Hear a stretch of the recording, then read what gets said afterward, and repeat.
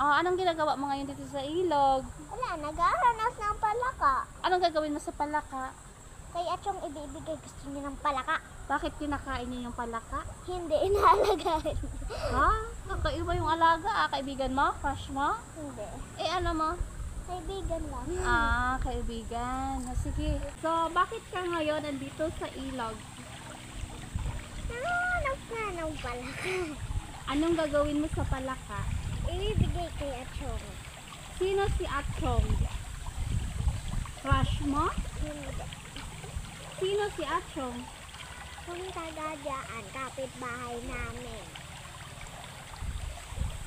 Yan taga doon. Anong gagawin niyo sa palaka? Alagaan, sabi niya. Ayaw ko naman sa palaka, nakakagulat. Yun, Bakit gusto mo siyang hanapan ng palaka? Yan sa mga. Si Atchong. Atchong! Halika! Lalawin ako dito. Ano mo ba to? Shota? Shota ba to? Ha? Shota mo ba to? Halika dito, Atchong. Halika dito. Ay, anak pala to ni Edlin. Ano ba yan? Kilala mo naman pala eh. Mag-best friend kaya. Halika dito, Atchong. Bakit kayo andito sa ilog? Ha? Bakit andito kayo sa ilog? Atchong. So, andito ako ngayon sa ilog dahil nga tumingin ako ng kailugan dito kung pwede ko nang mapaglangoyan.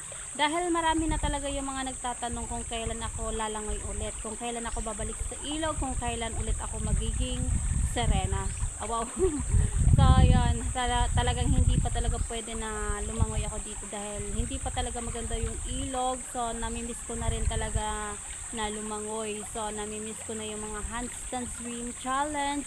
So, konting hintay na lang, konting pagtitiis na lang at medyo malapit-lapit na rin talaga siguro yung tag-ulan at malapit na rin talaga na malinis itong ilog na ito para makabalik ako ulit dito sa aking paglangoy sa ilog. So, maraming salamat sa mga patuloy na sumusuporta sa akin kahit hindi ilog yung aking content ngayon. So, thank you kay Mr. Andrew Anderson ng North Carolina, USA, kay Mr. Dreamiam Diego ng Spain. So, maraming salamat sa walang sawang pagsuporta sa akin. At sa lahat ng mga nagsusubscribe sa aking YouTube channel, maraming salamat po sa inyong lahat.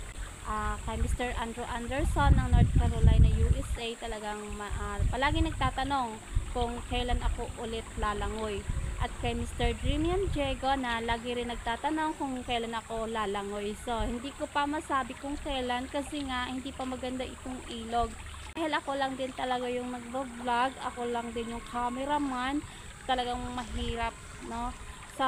Hindi rin ako makakapunta sa malayo dahil nga wala rin talaga akong kasama, ako lang talaga mag-isa. Kaya thank you sa inyong walang sawang pagsuporta sa akin.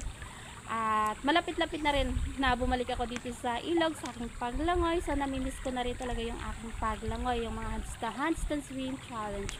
Maraming salamat sa inyong lahat. So, dito to sa ilog.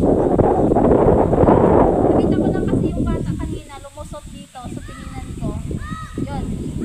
Pwede pala ito daanan dito. Ayun o, malinis. So, bagong ano lang kasi ito. So, malinis. Walang ahas. Itong invernal na ito. Ang lamig dito sa loob ng invernal, napakalamig.